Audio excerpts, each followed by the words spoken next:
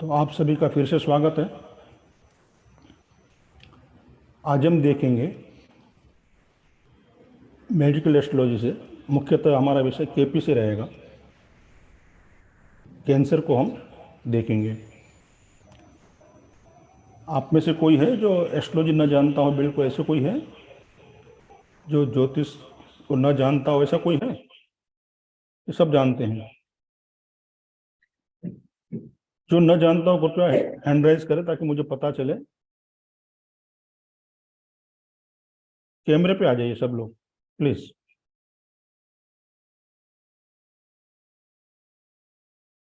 सब जानते हैं ना बेसिकली? तो आप सब जानते हैं।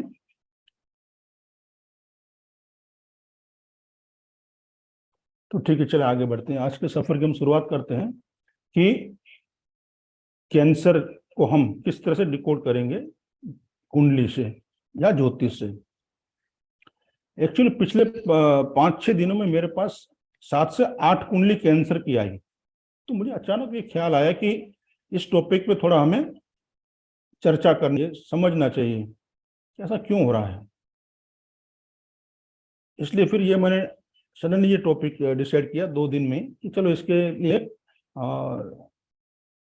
वेबिनार ऐसा रखें ताकि जो मैं जानता हूँ वो मैं आपके साथ शेयर कर सकूं। तो मेरा जो प्रयास है पिछले 22 साल का, जो मैंने सीखा समझा, वो मैं आपके साथ शेयर करूंगा। हाँ, और उसके अलावा आपके पास कोई प्रश्न है तो आप जरूर मुझे पर्सनल, मेरा व्हाट्सएप नंबर आपके पास होगा, उसमें आप दे सकते हैं। ठीक है, तो हम आज के टॉपिक शुरुआत करते हैं कैंसर की। तो आप सब जानते हैं कि हमारा जो पहला भाव है कुंडली में, वो जनरल हेल्थ के बारे में हमें बताता है। हमारे रेजिस्टेंस पावर क्या है, बॉडी इम्यूनिटी पावर क्या है, ये सब हम पहले भाव से देखते हैं। ये सब आप जानते हो। तो हमारी जनरल जो हेल्थ है वो हम पहले भाव से देखते हैं। और पहले भाव का सबलोड, हम यहाँ केपी की बात करें, केपी थ्रू हम जा रहे हैं, तो पहले भाव का सबलोड यदि छठे भाव से कोई संबंध बनाता है या छठे भाव को दर्शाता है तो व्यक्ति को जीवन में कोई ना कोई बीमारी रहेगी वहां। तो इसका मतलब ये नहीं कि वो पूरा जीवन बीमारी रहेगा, मगर जब कोई वायरल या इस तरह से वायरल फैलता है, जैसे हम कोरोना कहेंगे, तो कोरोना आया तो ऐसे लोगों को पहले इसकी इफेक्ट होगी, यानी असर पहले होगी ऐसे लोगों को। तो इसके साथ साथ यह भी हम देखेंगे कि इतने प्लानेट जो है वो 6-8-12 से कनेक्टेड है। यदि 6-8-12 से ज्यादा कनेक्टेड है तो व्यक्ति बार बार बीमार पड़ेगा, क्योंकि जो दशाएं आएगी बदलेगी और कोई ना कोई प्लानेट की दशाएं होगी। और ज्यादातर प्लानेट यदि 6-8-12 से जुड़े हुए हैं तो वो व्यक्ति ज्यादातर वो बीमारी रहेगा। तो यदि कोई प्लानेट या ग्रह 5 और 11 से जुड़ा है तो व्यक्ति बीमार भी होगा और रिकवरी भी होगा। ये हम समझेंगे इस तरह से। तो हम क्या जनरल हेल्थ जो है वो पहले भाव से देखेंगे, फिर कौन सी बीमारी है शरीर के कौन से हिस्से में होगी,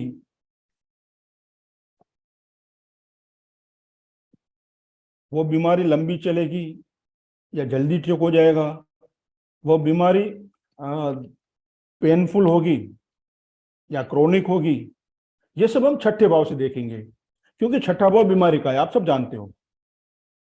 और स्वास्थ्य के लिए प्राइमरी जो हाउस है वो पहला भाव है और बीमारी के लिए छठा भाव है। क्लियर? इतना सब आप जानते हो। हमारे के लिए पहला भाव और बीमारी के लिए छठा भाव। ये हम जनरल बात कर रहे हैं अभी हेल्थ के बारे में। तो हमारे कुंडली में 12 भाव होते हैं। तो ये जो मैं आपके सामने एक स्क्रीन शेयर कर रहा हूं, ये देखिए, पहला भाव हमारा जो होता है, पहला भाव वो हमारे सेल्फ, हमारी हेल्थ, हमारी बॉडी है। छठा भाव जो है वो बीमारी, डिजीज। आठवां भाव जो है वो क्रोनिक डिजीज या एक्सीडेंट को दर्शाता है। और 12वां भाव हॉस्पिटल को। ये बीमारी के लिए हम ये 4 भाव को हम देखते हैं बीमारी के लिए। पहला भाव हम खुद है, हमारी बॉडी। छठा भाव बीमारी। और 8वां भाव जो है वो क्रोनिक डिजीज है, एक्सीडेंट। और 12वां हॉस्पिटल है। तो 8वां भाव जो है क्रोनिक डिजीज का होता है, असाध्य बीमारी का होता है, जिसको हम मैनेज कर सकते हैं मगर मिटा नहीं सकते हैं, जड़ से हम उसको निकाल नहीं सकते हैं। 8वें भाव से जो बीमारी जुड़ जाती है तो वो, और 12वां भाव हॉस्पिटल का होता है, आप सब जानते हो। तो यानी बीमारी के लिए कौन से भाव हो गए? 6, 8, 12। हम ये अभी बेसिक की बात कर रहे हैं, कोई भी बीमारी हो तो 6, 8, 12 जो है वो बीमारी के लिए हो गया। पहला भाव हमारा शरीर, जब पहले भाव से छठा भाव से कोई संबंध बनता है तो कोई बीमारी होती है। और अब हम हेल्थ की बात करेंगे, पॉजिटिव हाउस कौन से हैं? तो पहला भाव जो है वो हमारी सेल्फ है, बॉडी है। 5वां भाव जो है वो हीलिंग, क्योंकि वो छठे से 12वां है, और ये केपी का एक नियम है, जो घर से जो भाव से 12वां होता है उसके रिजल्ट को वो डिनाई करता है। तो 5वां जो है वो हीलिंग का है, और 11वां भाव जो है वो डिस्चार्ज फ्रॉम हॉस्पिटल, और हीलिंग भी होता है वहां। हाँ, तो ये जो है पॉजिटिव भाव है 1, 5 और 11 इन जनरल बेस में।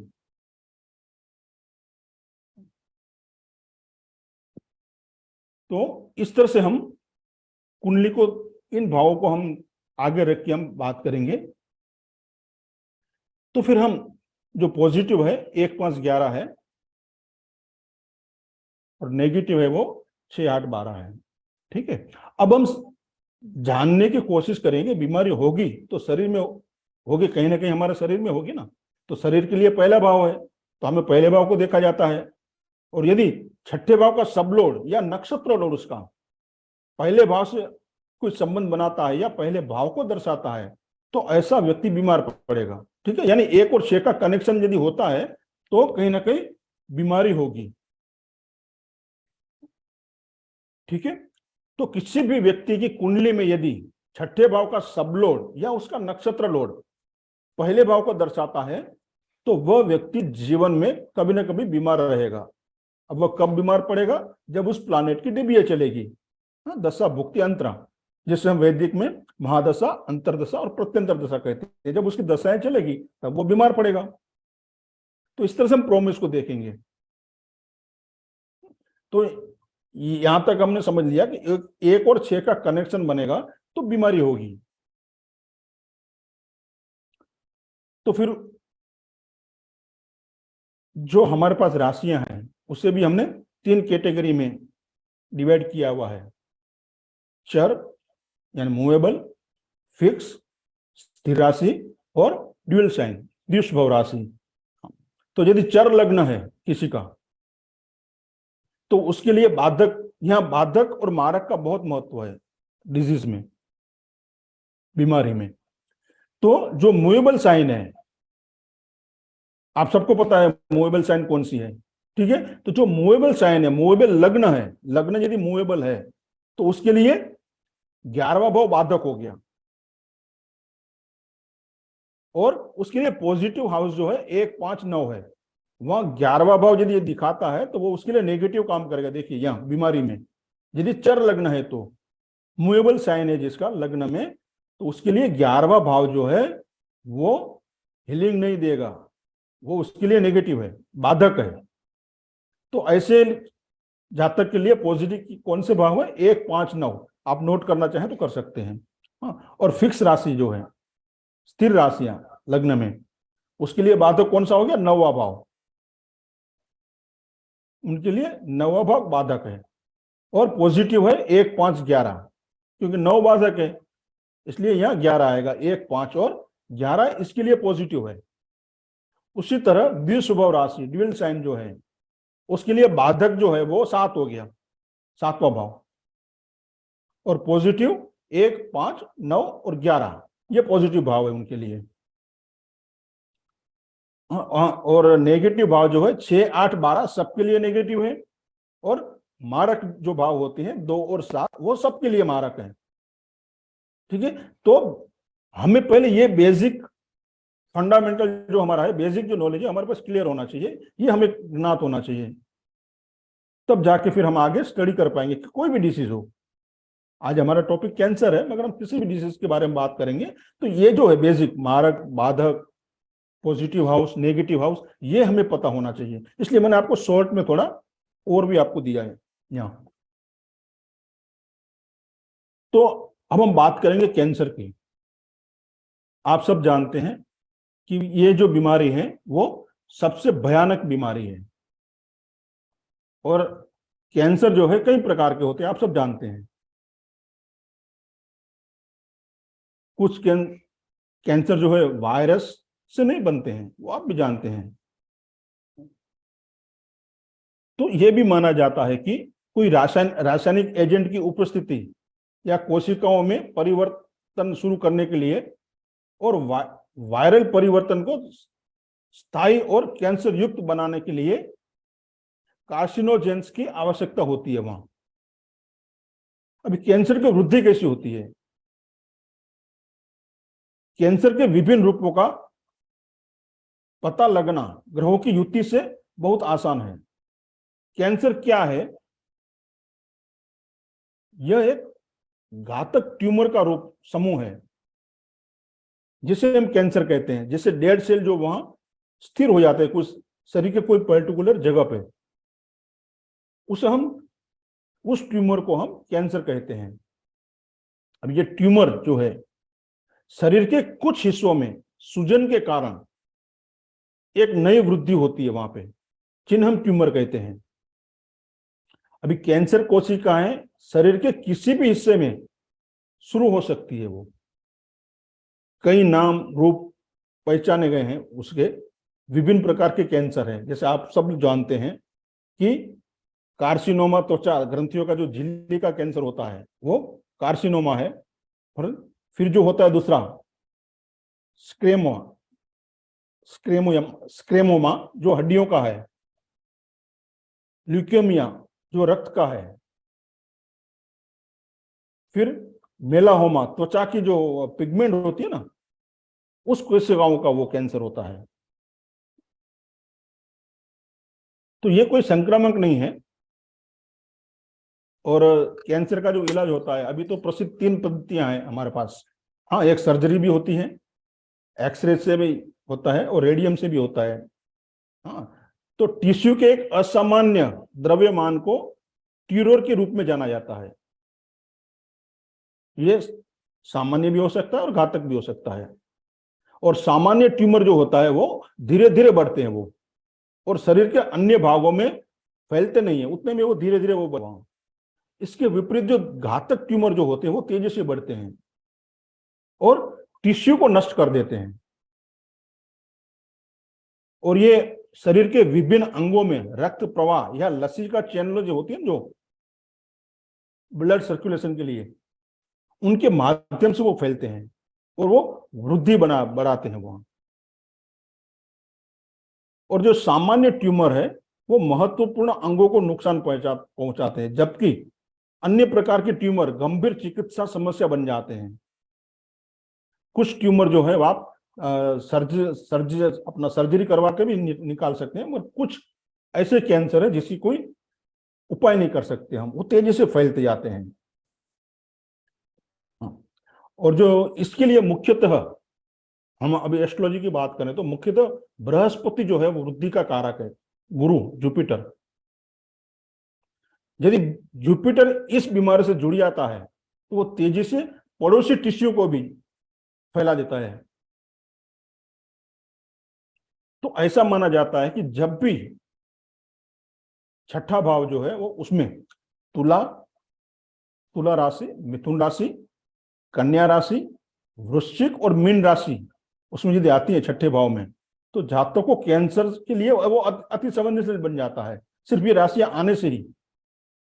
छठे भाव में आप नोट करना चाहे तो कर सकते हैं। छठे भाव में ये मेरा अनुभव रहा है, छठे भाव में यदि तुला राशि, मिथुन, सिंह, कन्या, वृश्चिक और मीन ये राशि आती है तो वो इंसान जो है वो सेंसिटिव हो जाता है कैंसर के लिए।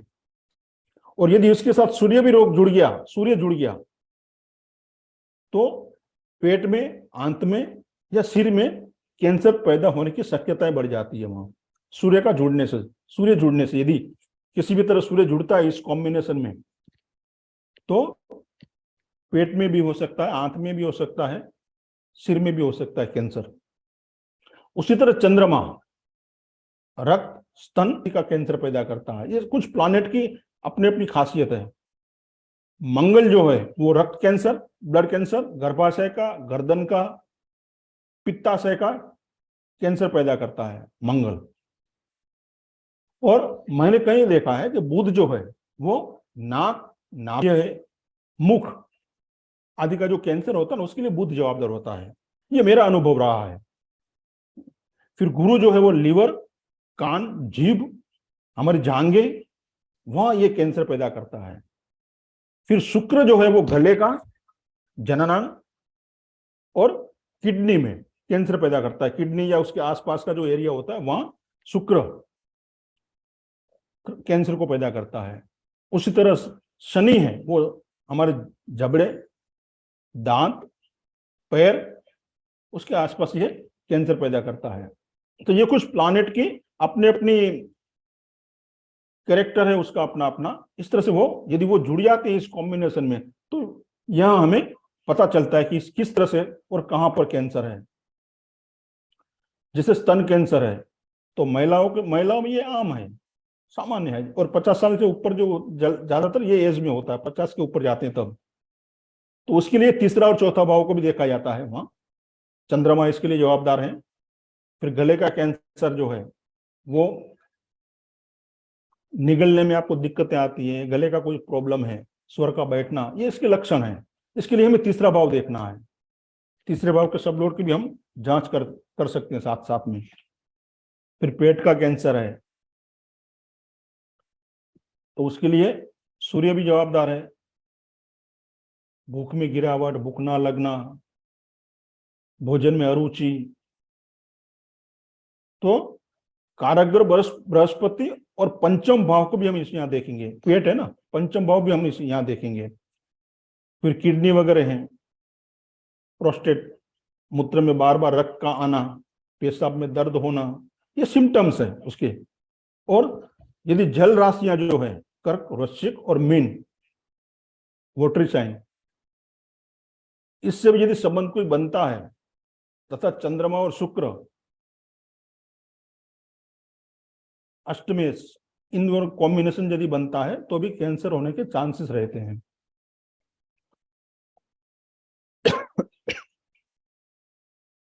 तो फेफड़े का कैंसर है यदि लंग्स, तो उसमें कुंडली के चतुर्थ भाव को भी हमें थोड़ा स्थान देना है, उसे भी देखना है। और चतुर्थ भाव यदि सूर्य, शनि और राहु से पीड़ित हैं तो फेफड़ों का कैंसर आपको हो सकता है। फिर हड्डी और मांसपेशी का कैंसर, शनि मंगल मांसपेशी है, फिर सूर्य जो है वो हड्डी है हमारी, और साथ में शनि का भी मिलना,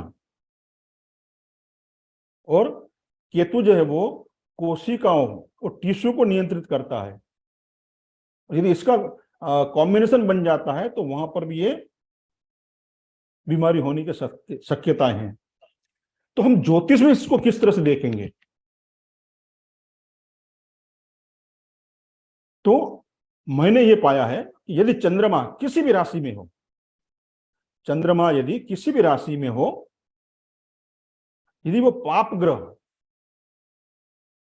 राहु, केतु, शनि, राकेश से पीड़ित हो, तो जातक को कैंसर का हमला हो सकता है, यानी कैंसर हो सकता है। यदि चंद्रमा पीड़ित है तो एक सिचुएशन ये भी है, मैंने कई कुंडलियों में ये देखा है योग, चंद्रमा यदि राहु, केतु और शनि से पीड़ित है, चाहे दृष्टि से, युति से, चाहे वो राशि परिवर्तन हो, चाहे एक दूसरे के नक्षत्र में हो या सब लोड में हो, तो भी इन्हें जीवन में कभी जब उसकी दशाएं चलेगी तब ये दिक्कतें आ सकती हैं।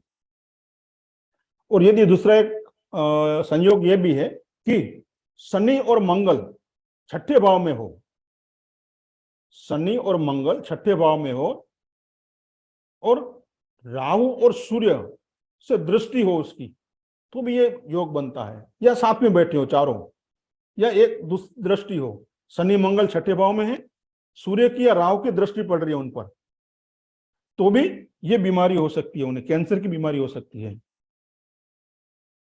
फिर मंगल छठे भाव में, मंगल जो है वो छठे भाव के स्वामी जो है जो भी है उस कुंडली में छठे भाव का स्वामी है, उसके साथ यदि युति करता है 1, 6, 7 और 10वें भाव में, आप समझिए इसको, मंगल है जो छठे भाव का स्वामी है, जिस व्यक्ति की कुंडली है उसके छठे भाव में जो राशि है उसका स्वामी और मंगल की युति यदि 1, 6, 7 और 10 में होती है तो भी कैंसर होता है। उसी तरह शनि यदि चतुर्थ भाव में हो, शुक्र और बुध के साथ हो, और साथ में सूर्य भी पीड़ित हो तो भी कैंसर होता है। तो मेनली जो यहां है राहु, शनि, जुपिटर और कई कई किस्सों में मंगल भी, ये जो 4 प्लैनेट है इनकी युति जो होती है वहां कैंसर होने के चांसेस बढ़ जाते हैं। उसी तरह शनि और मंगल की युति यदि 6, 8, 12 में है तो भी कैंसर होगा। शनि और मंगल की युति 6, 8, 12 में है तो भी कैंसर हो सकता है। उसी तरह किसी भी राशि में शनि और गुरु चाहे युति में हो तो भी कैंसर हो सकता है। शनि का और जुपिटर का किसी भी तरह से मेल होता है, चाहे दृष्टि से, युति से, राशि परिवर्तन से, चाहे वो एक दूसरे के नक्षत्र में बैठे हो तो भी ये रोग होता ही है। ये मैंने देखा है, बहुत सारी कुंडली में देखा है। शनि और जुपिटर दोनों मिल गए तो, और साथ में कभी राहु भी और केतु भी, तो वो फिर असाध्य हो जाता है राहु और केतु का आना भी वहां। उसी तरह यदि मंगल छठे भाव में स्थिर राशि में है, स्थिर राशियां कौन सी आप जानते हो, तो यदि छठे भाव में स्थिर राशि है उसमें मंगल बैठा है तो भी कैंसर हो सकता है। ये जो मैंने पाया है वो मैं आपके साथ शेयर कर रहा हूं। मंगल स्थिर राशि में छठे भाव में कैंसर को जन्म देता है। उसी तरह शनि छठे भाव में द्विस्वभाव राशि में है तो कैंसर बनाता है वो। छठे भाव में शनि द्विस्वभाव राशि में है तो वो कैंसर को जन्म देता है। तो इस तरह से ये कुछ कॉम्बिनेशन है हमारे यहां चार्ट में, वो कैंसर को बढ़ावा देते हैं या उसी वजह से कैंसर होते हैं। मुख्यतः शनि और जुपिटर का भी योग जहां होता है, साथ में राहु भी है, तो काफी जल्दी फैलता है वो और कैंसर बनता है। और फिर जिस राशि में है, जिस भाव में है, उस जगह पे हम बॉडी के उस पार्ट में उस व्यक्ति को कैंसर हो सकता है।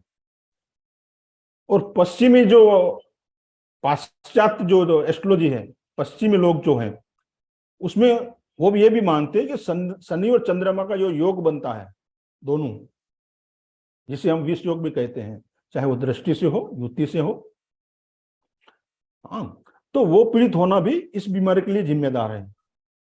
और नेपच्यून का भी उतना ही यहाँ रोल है। शनि और नेपच्यून आमतौर पर बाधक माने गए हैं, बाधा उत्पन्न करते हैं। शनि भी बाधा उत्पन्न करता है और नेपच्यून का भी बाधक का ही रोल रहता है, किसी भी सिस्टम को वो ब्लॉक कर सकता है। तो किसी भी तरह शनि और नेपच्यून का संबंध भी इसको जन्म देता है, कैंसर को।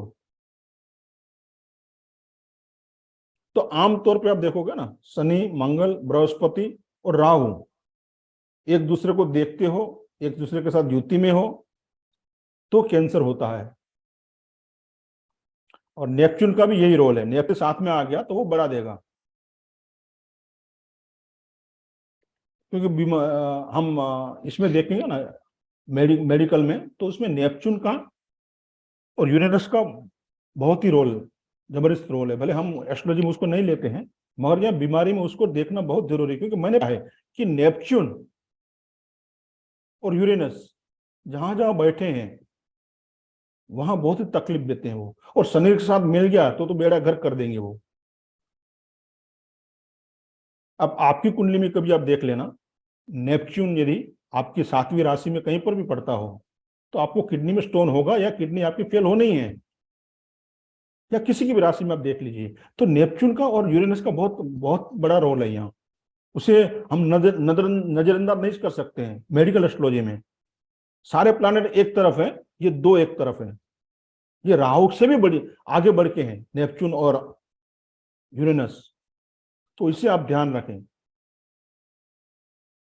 तो जन्म कुंडली में शनि और नेपच्यून को मध्य में रखकर इस बीमारी को हम विचार किया जाना चाहिए, यानी देखें हम। तो यह पुरानी क्रोनिक बीमारी को दर्शाता है। यदि नेपच्यून साथ में आ गया शनि के साथ तो वो क्रोनिक बीमारी होगी, ये समझे आप। जैसे राहु केतु भी आते हैं ना, तो वो भी कैंसर को दिखाते हैं।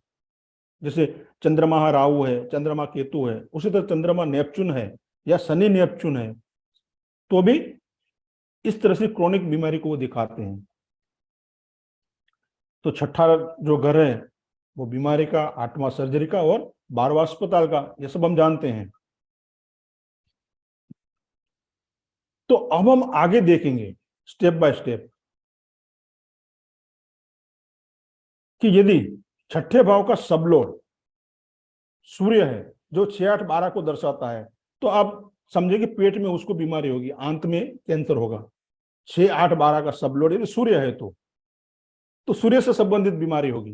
वो 6, 8, 12 को दर्शाता है, इंडिकेट करता है, तो आपको पेट में बीमारी होगी।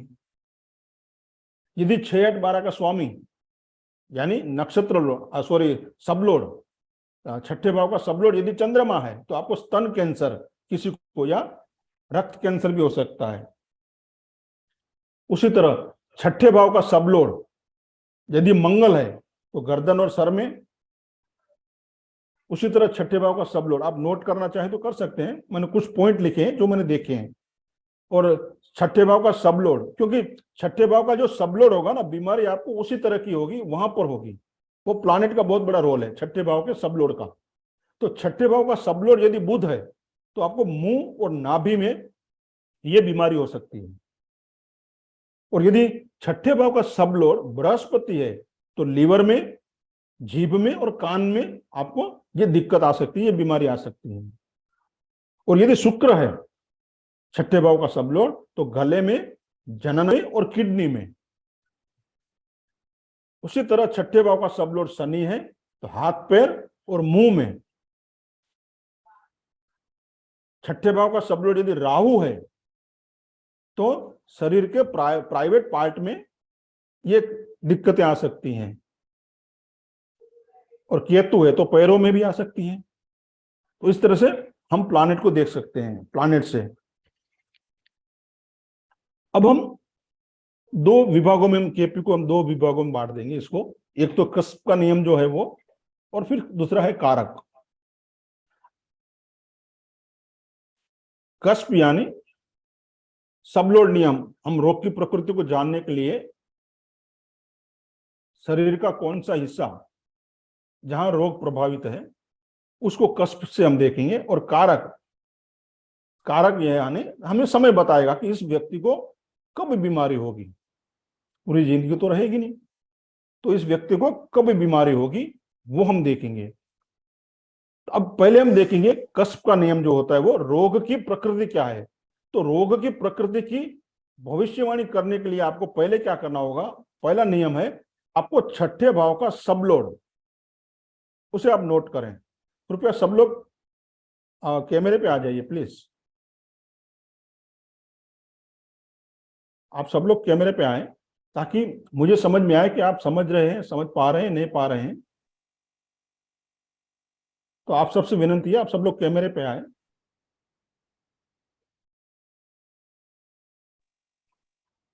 तो हमें रोग की प्रकृति जाननी है। तो छठे भाव के सबलॉर्ड को आप नोट करें पहले, फिर सबलॉर्ड के जो नक्षत्र है उसको आप नोट करें।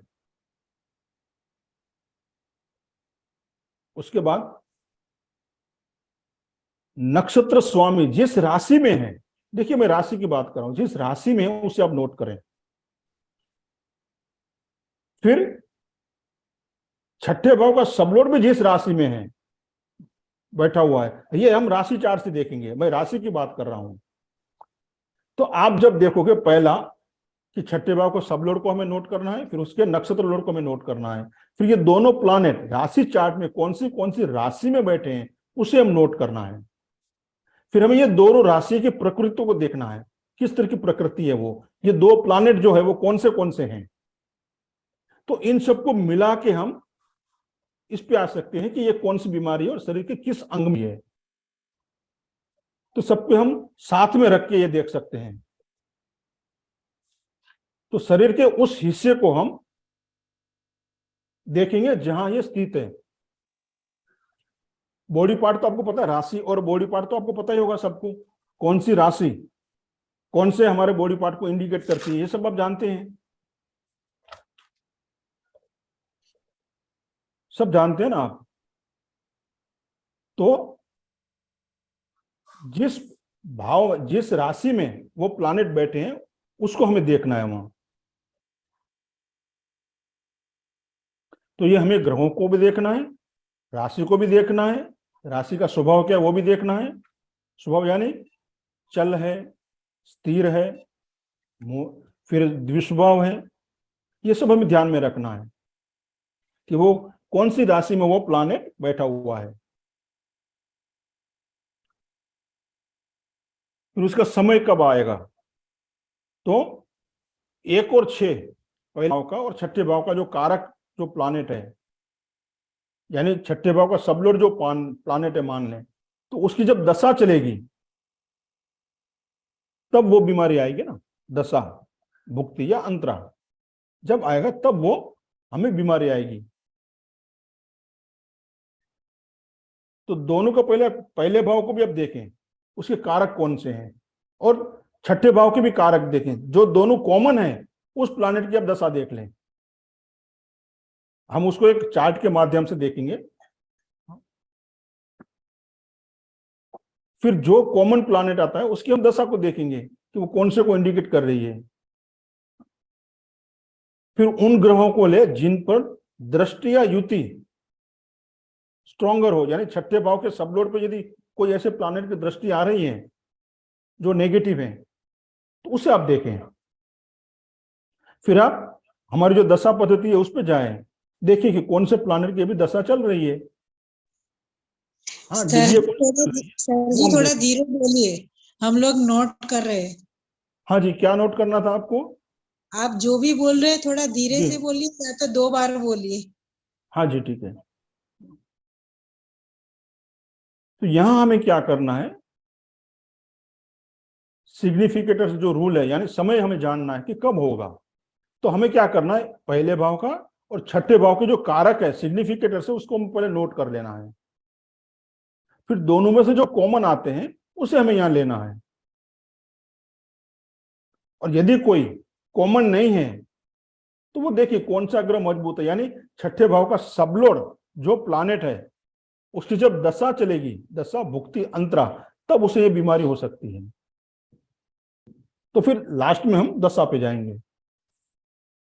तो यहां मुख्यतः जो प्लैनेट है, शनि, जुपिटर, राहु और नेपच्यून, उसे भी हम देखेंगे। यूरेनस और नेपच्यून को भी हम साथ में लेंगे। यदि इनकी कहीं ना कहीं युति बनती है आपस में तो ये बीमारी होती है। ये एक सरल सा फंडा आप ध्यान में रखें, कॉमन सीधा सा। तो एक मैं चार्ट लूंगा, एक्चुअली मेरे पास 8 से 9 चार्ट आए थे, उसमें से मैंने रेंडमली एक चार्ट लिया हुआ है जिसको हम ये डिस्कस करेंगे। मैं एक चार्ट लेता हूं।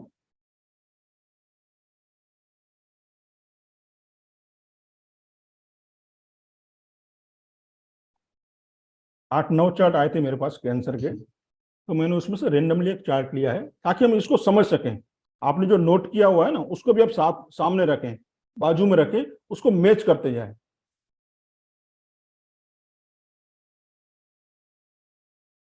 ये जो नियम है उसे आप अप्लाई करते जाइए। मंगेश जी, हो सके तो आप कैमरे पे आइए प्लीज। विनायक जी।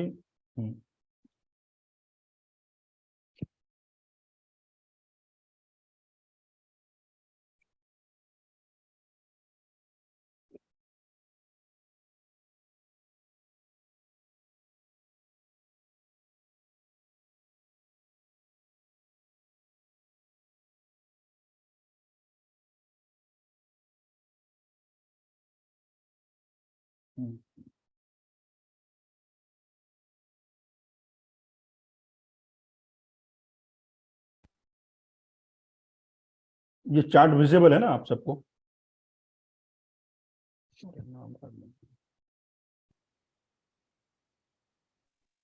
हाँ दिखाई दे रहा है। एक मिनट।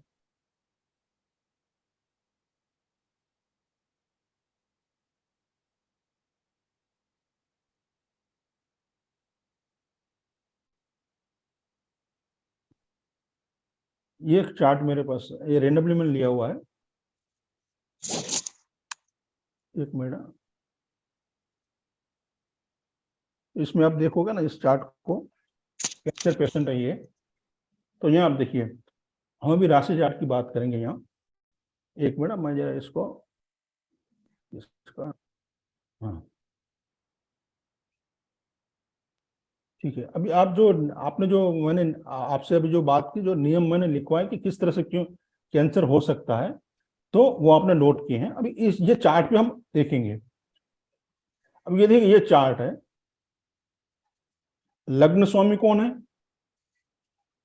पहले आपको वो नोट कर लेना है। ये राशि, ये जो चार्ट है वो चर लग्न का है, मूवेबल है, फिक्स है या व्हील्स है। तो ये कौन से, आप बताइए, आप नोट करते जाइए, शुरुआत वहीं से करनी है। चर राशि है ये, आप क्वेश्चन आंसरिंग कीजिए तो समझ में आएगा। 10वीं राशि है ना, तो वो मूवेबल है, फिक्स है या स्थिर है, वो ड्यूल है। हेलो, अनम्यूट करके आप बता सकते हैं। ये जो राशि स्वामी जो है इनका, लग्न का स्वामी है, लग्न जो है, लग्न है, 10वीं राशि है देखिए। तो ये मूवेबल है, फिक्स है या ड्यूल है, पहले ये नोट, तो पहले ये करना है। मूवेबल है। हाँ, तो मूवेबल है ना, तो आप लिखिए, वो नोट करें, मूवेबल साइन है। तो उसके लिए बाधक कौन सा भाव हो गया? दूसरा। बाधक, बाधक 11वां भाव बाधक हो गया इसके लिए, मूवेबल के लिए। आप सब इतना जानते हो ना, बाधक और मारक क्या है। 2 और 7 मारक है सबके लिए। ये मूवेबल साइन है, तो बाधक कौन सा है भाव? 11वां भाव है। और पॉजिटिव भाव 1, 5, 9 है इसके लिए, इनके लिए, इस चार्ट वालों के लिए 1, 5, 9 पॉजिटिव है इनके लिए। 11वां भाव बाधक है। 2 और 7 जो है वो मारक है, वो सबके लिए है। ठीक है, ठीक है। पहले पहले सिंपल सा देख लीजिए। जो लग्न से, यानी जो मालिक है पहले भाव का, स्वामी है, वो कहां बैठा है? पहले भाव का स्वामी कौन है? शनि। शनि कहां बैठा है? कमल में बैठा है। 8वें भाव में, सीधा 8वें से कनेक्शन हो गया। देख लीजिए, यहाँ पहले आप देख लीजिए, हो गया। दूसरा दूसरा स्टेप, सिंपल सिंपल देख लीजिए। और 8वें भाव का स्वामी कौन है? सूर्य। हेलो, कौन सी राशि है 8वें भाव में? सर भाव चलित में देखना है ना। नहीं नहीं, राशि चार्ट में देखना कौन सी राशि है। राशि स्वामी आप कहां से देखोगे आप? 8वें ठीक भाव है। का स्वामी कौन है? सूर्य है। ये हाँ देखिए, सूर्य सूर्य कहाँ बैठा है? छठे भाव में बैठा। हाँ, तो छठ। 6 और 8 का भी संबंध बन गया। हाँ। ठीक है, ये। और यहाँ देखिए, हमने रूल्स में क्या देखा था कि शनि और जुपिटर, गुरु, किसी भी तरह से मिलते हैं, युति से, दृष्टि से, राशि परिवर्तन से, तो ये बीमारी होने की शक्यता रहती है। ठीक है, यहाँ आप देखिए, ये शनि है, शनि की दृष्टि जुपिटर पे सीधी, हाँ। तो ये भी एक युति हो गई। हाँ। दूसरा, अब हम इसकी स्क्रिप्ट बनाएंगे। ये कौन सा प्लांट है? यहाँ शनि है ना, तो अब यहाँ शनि को आप देख लीजिए। हाँ, शनि है ना, अब शनि को देखें, उसकी स्क्रिप्ट को देखें। तो देखिए, शनि का राशि लॉर्ड कौन है? सूर्य है। सूर्य। हाँ। नक्षत्र विनस, और जुपिटर क्या है? सब लॉर्ड। तो सब जुपिटर से इसका संबंध बन गया। लोग। तो कैंसर की वजह एक ये भी हो गई। हाँ। और अब जुपिटर की स्क्रिप्ट भी आप देख सकती हैं इसमें। ये जुपिटर है, राशि लॉर्ड कौन है? सैटर्न। सैटर्न। तो शनि की राशि में बैठा है तो ये भी संबंध बन गया। हाँ। और साथ में सब लॉर्ड कौन है? मर्क्यूरी, बुध। जुपिटर का बुध है ना। बुध। तो बुध वो छठे भाव का स्वामी है। समझ में आ रहा है आपको? हाँ, 3 नंबर की राशि बराबर है। हाँ हाँ। सही है। तो गुरु का छठे से भी संबंध बन गया, हम्म, 8वें से भी इसका संबंध, 8वें और 6 का भी संबंध है। हम्म, और हम अब यहां देखेंगे नीचे, या पहले भाव की स्क्रिप्ट देख लीजिए। यहाँ पहले भाव में जो है सब लॉर्ड जुपिटर है ना। हाँ, उसी तरह हमको देखना है छठे भाव में 1 और 6 का कोई रिलेशन बनता है, वो आप देखें इसमें।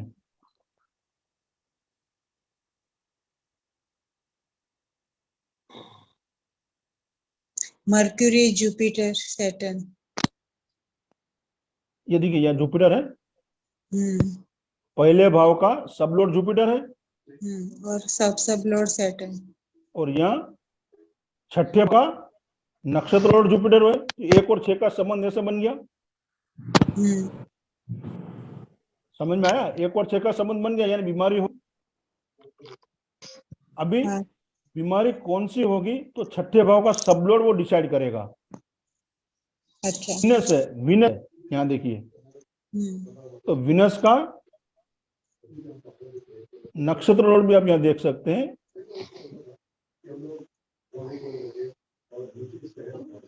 विनस का नक्षत्र लॉर्ड कौन है? सन। सूर्य है। तो वो कौन सी राशि में बैठे हैं दोनों, वो देखना है हमें। जैसे हमने लास्ट में बात की ना, वो कौन सी राशि में बैठे हैं वो हमें देखना है। की तो राशि। विनस जो है, विनस जो है पहले कौन सी राशि में बैठा है देखिए आप, दूसरी राशि में। हाँ। विनस जो है दूसरी में है,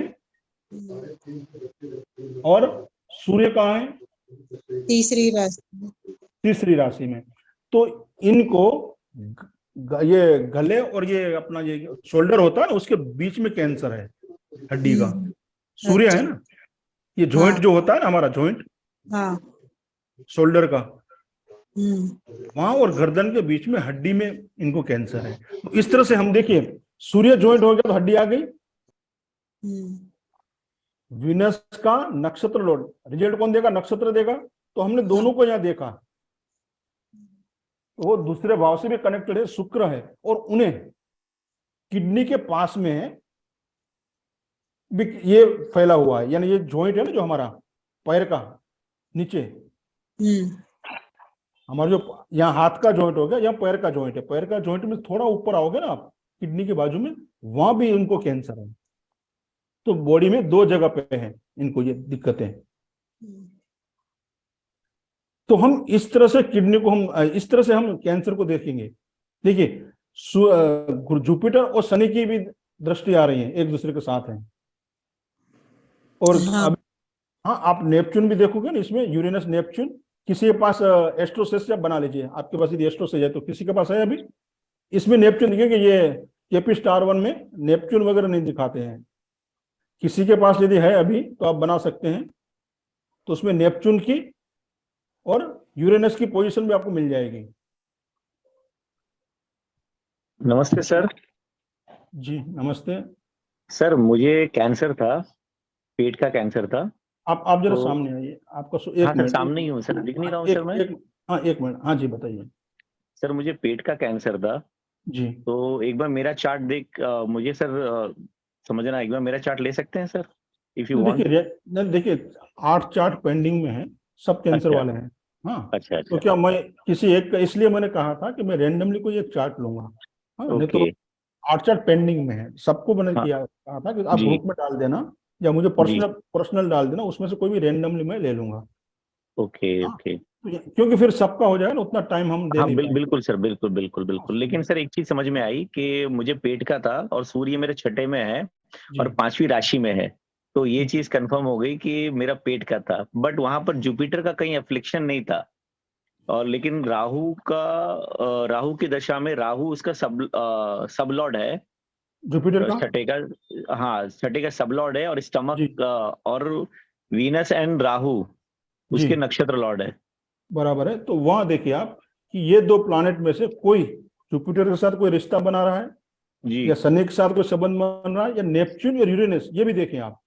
अच्छा, और ओके, एस्ट्रोसेज यदि है आपके पास ऐप, तो उसमें आप इजीली आप देख सकते हैं, क्योंकि इसमें नहीं दिखाते वो नेपच्यून और यूरेनस जो है केपी स्टार वन में दिखाते नहीं है, और आप उसमें अच्छा। देखोगे ना स्टार वन उसमें। नेपच्यून जो है सर, नेपच्यून जो है ना वो गुरु की राशि में है।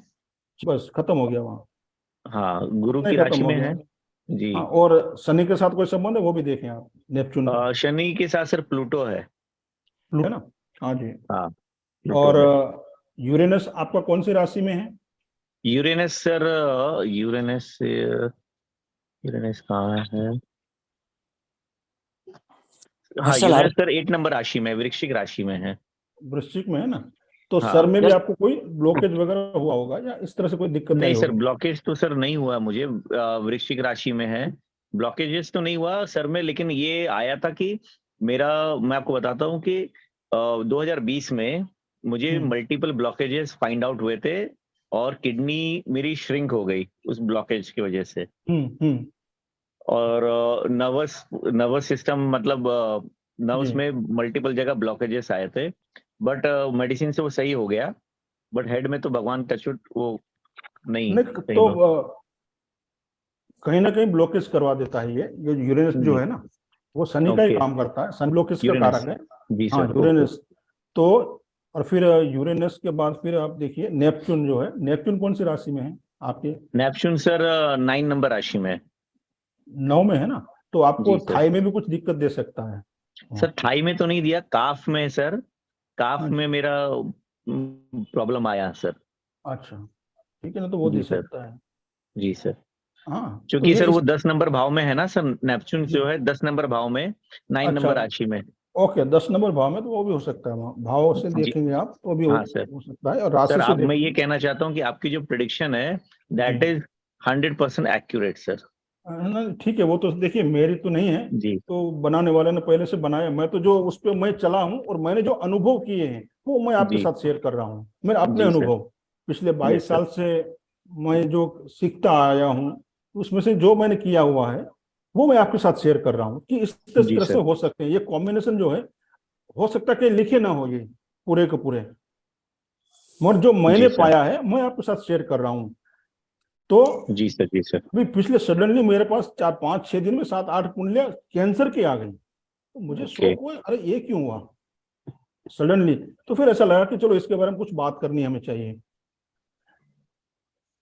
तो इस तरह से हम देखेंगे कुंडली को, किसी भी चार्ट को हमें देखना है तो पहले आप युति देख लें। उसके लिए जो मेन जो मुख्य कारक जो हैं वो शनि, जुपिटर, राहु, केतु, और उसमें यूरेनस और उसको भी लीजिए आप साथ में। तो इनका कॉम्बिनेशन कहीं ना कहीं मिलावट होती है तो आपको ये दिक्कत आएगी, और जिस राशि में है ये जगह के उस जगह पे आपको ये प्रॉब्लम आ सकती है। मैं आपको ये दिखा सकता, एक मिनट मैं आपको दिखाने की कोशिश करता हूँ, ये राशि और बॉडी पार्ट शायद आप सब जानते ही होंगे, मैं आपको दिखाने की कोशिश करता हूँ। पुरुष की जो हम लेते हैं मेडिकल एस्ट्रोलॉजी में, तो ये आपको दिख रहा है ना, ये हमारी बॉडी है,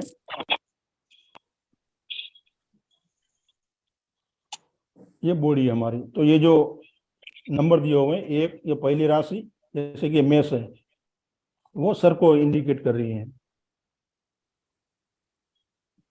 दूसरी राशि जो है वो हमारे फेस को इंडिकेट कर रही है, ये फेस और नेक जो है, ये दिया हुआ है यहाँ राशियां, ये भाव भी है और ये राशियां भी हैं। ये 3 नंबर की राशि जो हमारे शोल्डर और हाथ है, ये देखिए। ये 4 नंबर जो है वो चेस्ट, हार्ट को इंडिकेट करिए, ये पूरा यहाँ दिया हुआ है चार्ट। आप नेट पे भी सर्च करोगे ना आपको मिल जाएगा, बॉडी पार्ट है राशि, और राशि और बॉडी पार्ट, ये राशियां दी हुई देखिए इस तरह से। 8 तो हमारा प्रजनन अंग है, 9 तो ये थाई है, 10 हमारे घुटने, 11 नंबर ये जो हमारे ये क्या कहते हैं उसको, यहाँ नी के नीचे ये वाला पोर्शन हमारा 11 और 12 नंबर हमारे ये तलवे जो होते हैं फिट, ये है। तो इस तरह से राशियों को हमने डिवाइड किया बॉडी पार्ट में, और भाव को भी 1 से 12 भाव है, तो ये 12 भाव और राशियां यहाँ दी हुई है, देखिए आप ये। तो इस तरह से आप इसको देख सकते हैं कि कौन सी राशि है तो कौन से भाव में वो दिक्कत आई होगी। जैसे 5वें भाव आपने बताया, तो 5वें भाव में ये पेट में है, छोटी आंत बड़ी आंत है, या पेट में आपको या किसी को भी ये दिक्कत यहाँ हो सकती है। 3 नंबर दिखा रहा है तो गले या शोल्डर में यहाँ या हाथ में इस तरह से दिक्कतें हो सकती हैं। 1 नंबर दिखाया है तो सर में ये दिक्कतें आ सकती हैं आपको। तो ये इससे हम हमारे बॉडी के कौन से पार्ट में ये बीमारी हो सकती है वो हम जान सकते हैं। तो आई थिंक ये आपको क्लियर हुआ इतना। जी सर। Yes yes sir. ये क्यों होती है बीमारी, अब हम देखेंगे कि इनके लिए कौन सा ट्रीटमेंट सही रहेगा। हर एक चार्ट के लिए अलग अलग होता है ना, हर एक इंसान, किसी के लिए एलोपैथी सही है, किसी को आयुर्वेदिक ठीक रहेगा, किसी को नहीं। हाँ। तो इसमें देखिए, यदि मूवेबल साइन में कोई प्लैनेट आता है ना, तो उसकी रिकवरी फास्ट होती है। जैसे 6ठे भाव का सब लॉर्ड मूवेबल साइन में है या उसका नक्षत्र लॉर्ड, तो रिकवरी फास्ट होती है। वहां स्थिर राशि में है, फिक्स में है, तो वो थोड़ा लंबे समय तक चलेगी। विल साइन में है तो वो मल्टीपल डिसीज होंगे, एक को खत्म किया फिर दूसरा आके खड़ा है, और उसके लिए एक ने 2-3 डॉक्टर के पास आपको जाना पड़ेगा। ये एक डॉक्टर उसको डिसाइड नहीं कर पाएगा कि ये बीमारी है, वो पकड़ नहीं पाएगा जल्दी, फिर एक को छोड़कर दूसरी पकड़ेगी आपको। यदि विल साइन में है तो 6ठे भाव का सब लॉर्ड या उसका नक्षत्र लॉर्ड मूवेबल साइन में है तो फास्ट रिकवरी होगी, जल्दी हो जाएगी। फिक्स में है तो थोड़ा टाइम लगेगा, वो लंबे समय तक चलेगी। ड्यूल साइन में है, द्विस्व भाव में है, तो मल्टीपल टाइप ऑफ डिसीज आएगी। एक को खत्म किया फिर दूसरा, दूसरे को खत्म किया फिर तीसरा, वो एक चेन लंबी चलती रहेगी। जैसे हम कहते हैं ना, रिएक्शन आते रहता है, उस तरह से रहेगा उसमें। हाँ, फिर अब किस तरह की हमें ट्रीटमेंट लेनी है, टाइप ऑफ ट्रीटमेंट। तो जो हमने अभी राशियां देखी, चर लग्न है, मूवेबल और फिक्स जो है ना, उसके लिए हमने देखा कौन सा बाधक है, कौन सा मारक है, फिर उसके लिए कौन से पॉजिटिव हाउस है, ये हमने देखा ना। जैसे कि चर लग्न है तो उसके लिए पॉजिटिव 1, 5, 9 है, 11 बाधक है उसका। तथा स्थिर राशियां हैं जो, उसके लिए पॉजिटिव है 1, 5, 11, 9 बाधक है उसका। और द्विस्व भाव के लिए पॉजिटिव भाव कौन से हैं, 1, 5, 9, 11। ये आप नोट करना चाहे तो कर सकते हैं। चर लग्न के लिए पॉजिटिव 1, 5, 9, स्थिर राशि के लिए पॉजिटिव 1, 5, 11, और द्विस्व भाव के लिए पॉजिटिव 1, 5, 9, 11। तो अभी क्या करना है, जिनकी भी कुंडली है मानो, उनके प्लान आप देखिए, उसमें कौन सा प्लानेट, मैं एक मिनट आपको मैं स्लाइड दिखाता हूं यहाँ पे, ताकि आपको अच्छी तरह समझ पाए और नोट करना चाहे कर सकते हैं आप। अभी जो हमने अभी बात की ना पॉजिटिव हाउस, अभी मान के चलें इसी कुंडली की हम बात करें। अभी जो कुंडली हमने देखी ना, चर लग्न की है ना कुंडली, हेलो, हाँ जी चर लग्न, हाँ, अभी चर लग्न के लिए पॉजिटिव हाउस कौन से 1, 5, 9। तो उनके चार्ट में जो भी प्लानेट 1, 5, 9 को इंडिकेट करेगा ना, उसे उसकी मेडिसिन लेनी है। जैसे यहाँ देखिए, आप मैं स्क्रीन पे दिखाता हूं, ये सन है, मार्स और जुपिटर, ये तीनों आते हैं तो एलोपैथी को आपको लेना चाहिए, एलोपैथी से आपको फायदा होगा। सन, मार्स या जुपिटर, 3 में से कोई प्लैनेट आया तो आपको एलोपैथी से ही फायदा होगा, आप और किसी में न जाएं।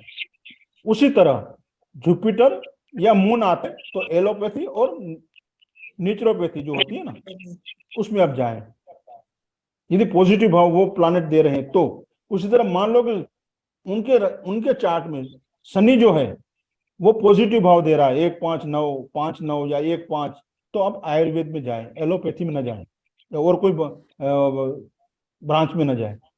आयुर्वेदिक उनके लिए फायदे कारक रहेगा, फर्क ही उनको इससे पड़ेगा। उसी तरह यदि विनस आता है वो प्लानेट, तो होम्योपैथी में जाए। और मर्क्यूरी है तो वो बार बार चेंज करवाएगा आपको, कभी एलोपैथी कभी आयुर्वेदिक कभी। तो मैं इसको चार्ट से आपको दिखाता हूँ, ये आपने नोट कर लिया? हाँ मैं आपको चार्ट पे दिखाता हूँ। अब चार्ट में किस तरह से दिखना है उसी चार्ट को हम देखें। मूवेबल है, साइन उनका लग्न मूवेबल है, तो उसके लिए पॉजिटिव हाउस कौन से हैं? 1 5 9। तो हमें यह देखना है कि उनके चार्ट में 1 5 9 कौन से प्लैनेट दे रहे हैं।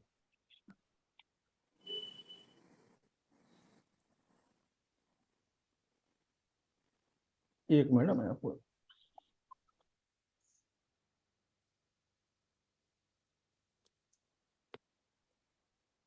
यहाँ देखिए आप, ये जो है ना, जैसे ये सूर्य है, तो सूर्य कौन से भाव को दे रहा है? 2 और 5।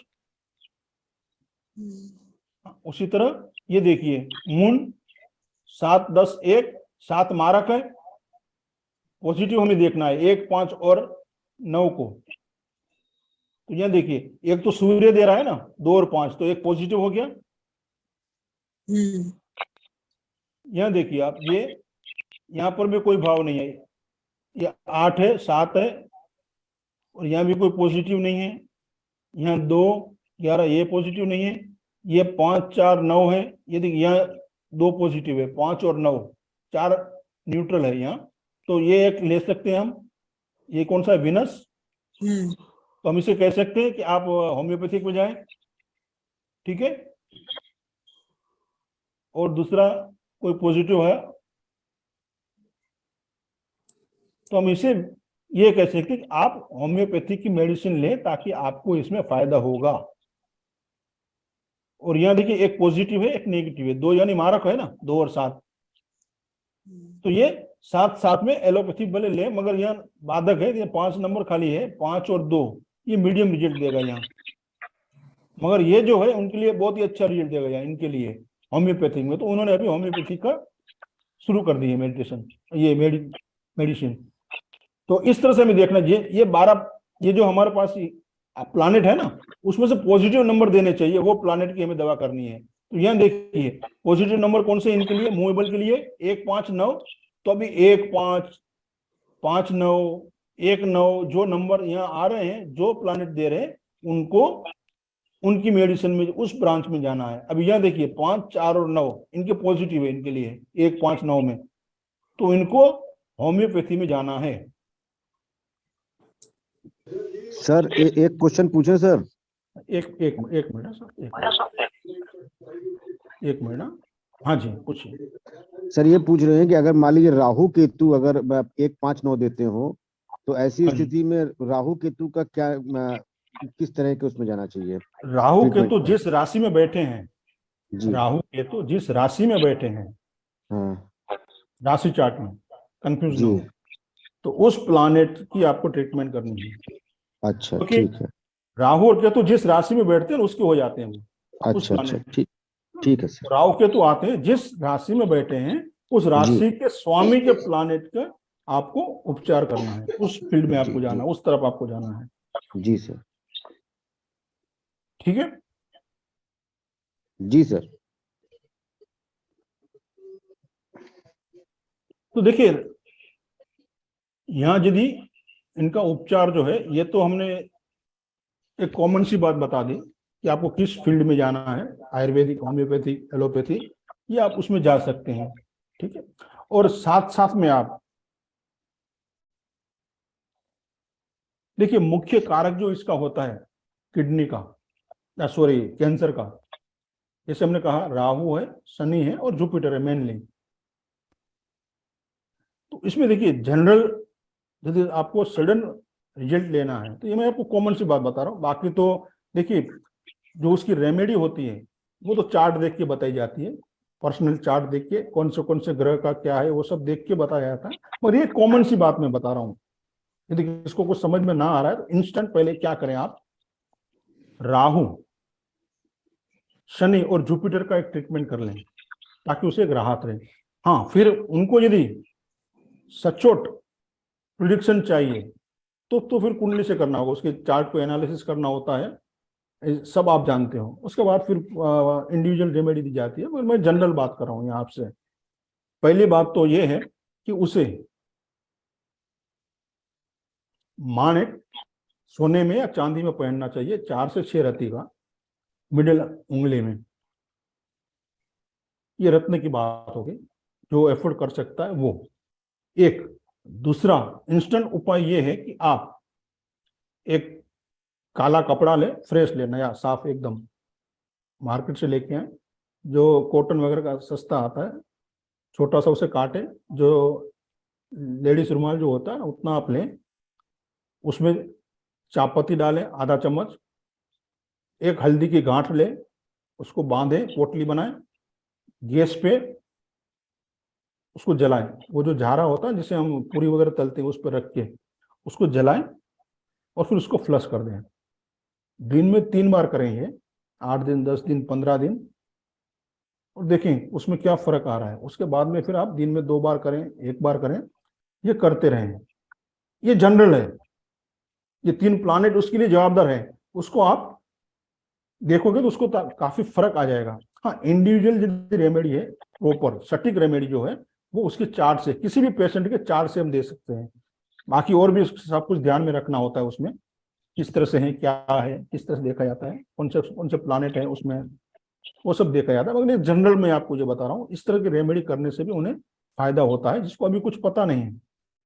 तो ये रेमेडी आप कर सकते हैं और सर, इससे भी काफी को फायदा होता है। सर और गुरु जो है कैंसर का कारक। हाँ जी, कैंसर गुरु वृद्धि करवाता है वो। कैंसर यदि गुरु और शनि का यदि युति होती है कहीं पर भी किसी भी तरह से, हाँ, तो कैंसर होता ही है। चार्ट उठा के आप देख लीजिए, अच्छा, चाहे राशि परिवर्तन हो, गुरु की राशि में शनि बैठा हो, शनि की राशि में गुरु हो, या दृष्टि से हो, युति से हो।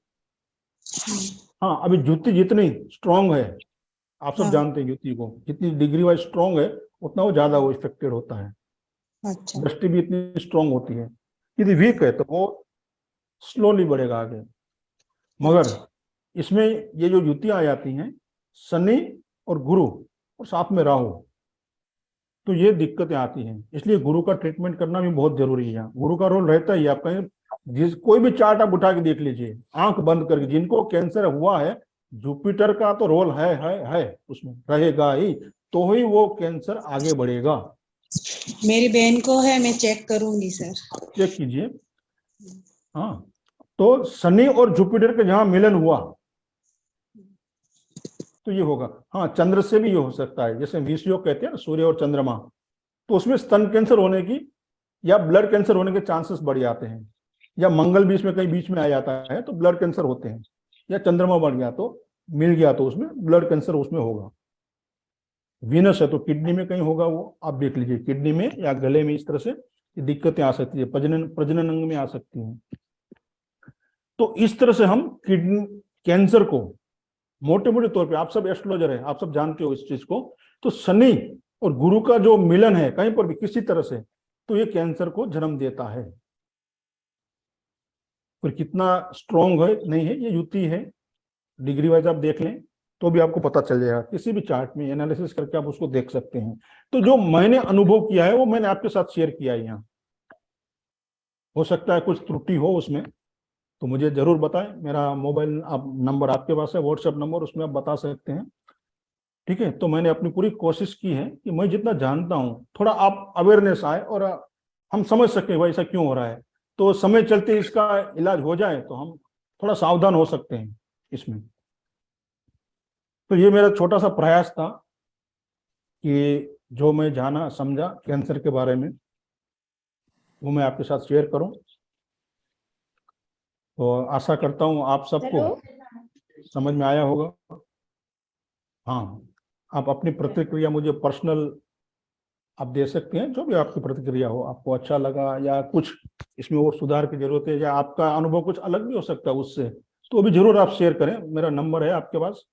हाँ सर, आपने सर जो चर राशि में ट्रीटमेंट का तरीका बताया, तो उस तरह से स्थिर और द्विस्वभाव राशियों के लिए सर क्या होगा सर?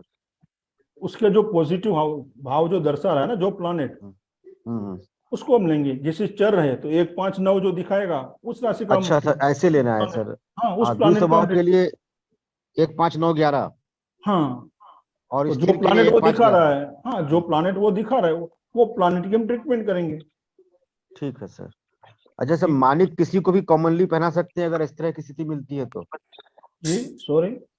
अगर इस तरह की बीमारी मिलती है तो मानिक जी। उसको रैंडमली हाँ जी, पहना सकते हैं? हाँ जी, पहना सकते हैं अच्छा मानिक। अच्छा, ठीक है सर। अगर उसके उसका बाद सूर्य खराब हो उसके तो भी, बाद हाँ जी, उसका सूर्य खराब हो तो भी और अच्छा हो तो भी पहना सकते हैं। हाँ जी, उसको आप पहले पहना सकते हैं, इमरजेंसी में पहना सकते हैं, बाद में उसको उतार देना है, मगर रिकवरी के लिए उसको आप पहना सकते हैं। अच्छा ठीक है। हाँ, फिर उसके बाद आगे ट्रीटमेंट है, ऑपरेशन वगैरह है, तो उसके बाद क्या करना है, कौन सा रत्न पहनना है, ये भी हम कर सकते हैं। मगर ऑपरेशन की बात है, उसको पहना सकते हैं। तो ये पूरा चैप्टर जो रत्न वाला जो होता है वो रत्न ज्योतिष का है। हम लोग भी करना चाहे कर सकते हैं। और परसों से वो क्लास शुरू हो रहा है रत्न ज्योतिष का। तो उसमें हमने काफी बीमारियों को भी लिया हुआ है, उसमें कौन सा पहनना है, हमें कब पहनना है, कितने दिन तक पहनना है, ये सब है उसमें। वास्तु भी है, बीमारी भी है। तो रत्न ज्योतिष में 8 से 10 से 12 क्लासेस होंगे। तो काफी डिटेल में उसमें जानकारी दी जाएगी। जो भी करना चाहे कर सकता है वो।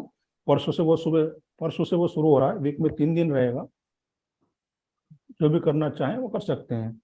तो उसमें भी काफी डिटेल में बहुत सारी बीमारी के बारे में दिया हुआ है, कौन सा रत्न पहनना है, उसके साथ साथ में कब, कितने रत्न का है, क्या है, ये पूरा डिटेल में है वो कर सकते हैं आप। तो आशा करता हूँ आप सबको मेरा प्रयास अच्छा लगा होगा। ओके, नमस्ते सर। हाँ, हम तो अभी 2 मिनट जरा प्रार्थना कर लेते हैं, क्योंकि जो गुरुजन ने हमें ये आशीर्वचन दिए हैं, जिनके आशीर्वाद से हमें जो ज्ञान मिला है, उनको हम 2 मिनट थैंक यू करते हैं। फिर जुदा होते हैं, फिर मिलने के लिए कहीं ना कहीं मोड़ पे हम मिलेंगे, ये आशा करता हूँ। हाँ, तो 2 मिनट हम प्रार्थना करके फिर विदा होते हैं, फिर मिलने के लिए। तो आप सब अपने गुरुजनों को धन्यवाद दें, अपने कुल देवी कुल देवता जो भी उन्हें धन्यवाद दें। आपके सभी पितृदेव जो हैं अब तक के जितने भी हो गए हैं, उन्हें सबको आप धन्यवाद दें। सिर्फ इतना करने से आपके अटके हुए काम देखिए किस तरह से शुरू हो जाते हैं। ये मेरा अनुभव है। सिर्फ याद करें आप उसे।